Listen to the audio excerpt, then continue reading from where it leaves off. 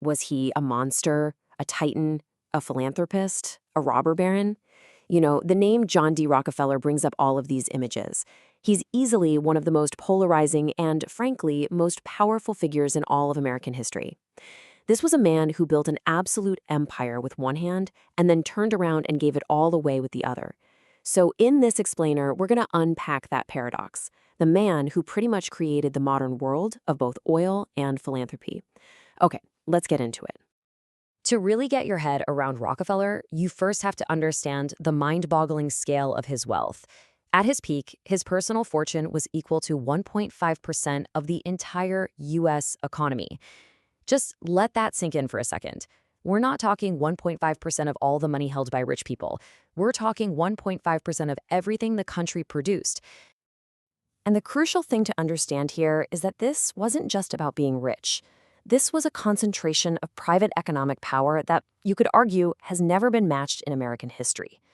We're talking about a level of influence that could literally move markets, challenge governments, and totally reshape society itself.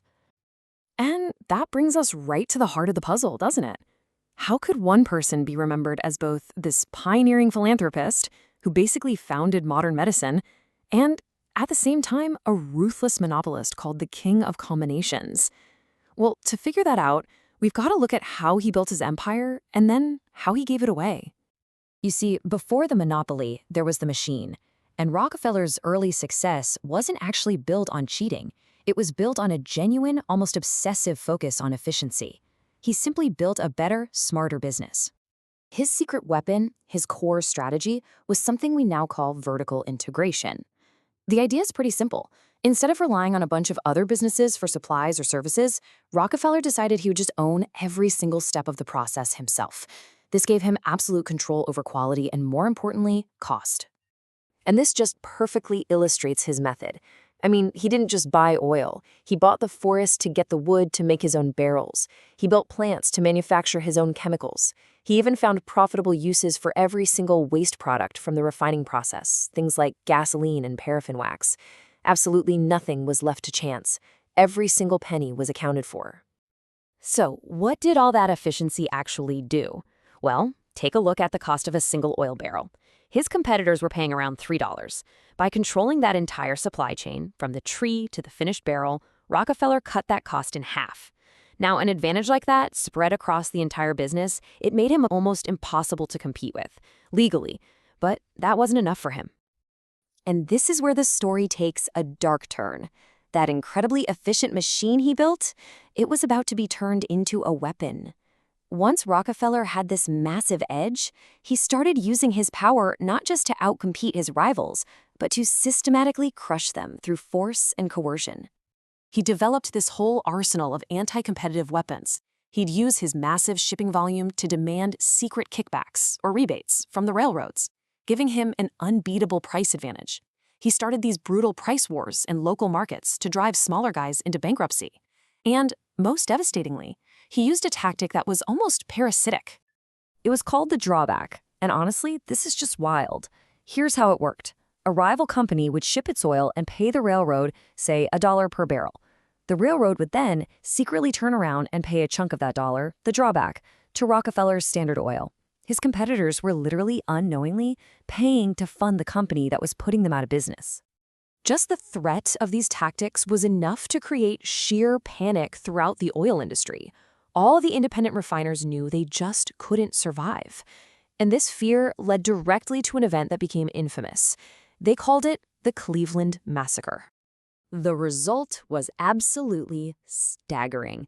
In an incredibly short amount of time, Rockefeller took over 22 of his main competitors right there in his home base of Cleveland, Ohio. I mean, just think about that pace. In only 6 weeks, he had absorbed nearly the entire oil industry in one of America's most important refining hubs. He would approach a rival, lay out the brutal, undeniable economics of the situation, and offer to buy them out for pennies on the dollar. Facing total ruin, what choice did they have? Most had to sell. So by 1890, Standard Oil controlled something like 90% of America's refined oil. This level of power was just unprecedented. And well, it finally triggered a massive backlash from the public and from the law.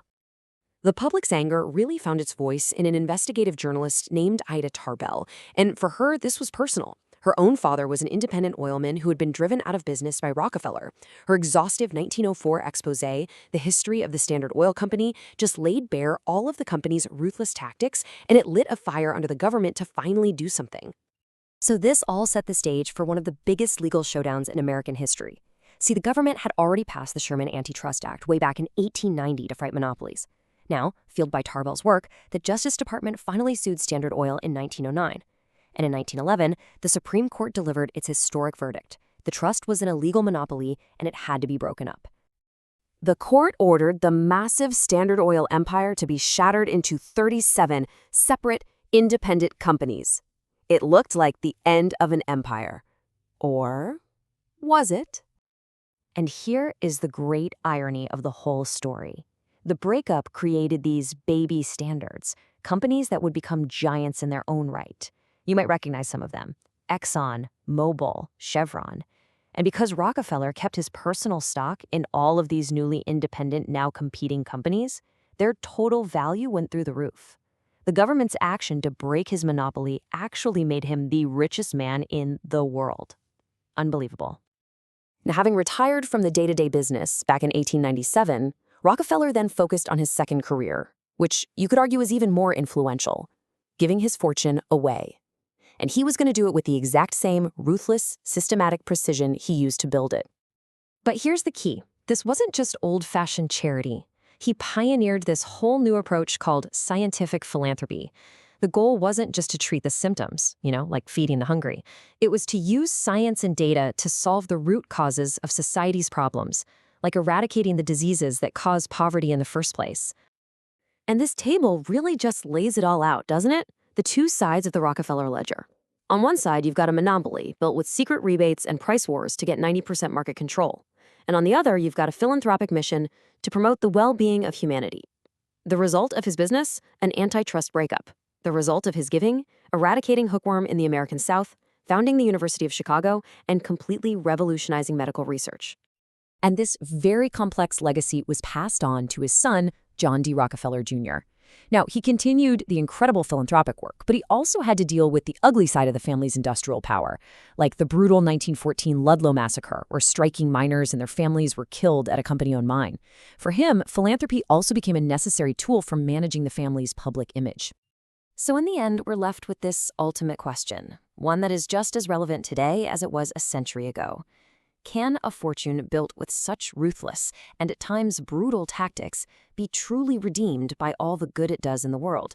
John D. Rockefeller's life doesn't really give us an easy answer, which forces us to decide for ourselves where that final balance really lies.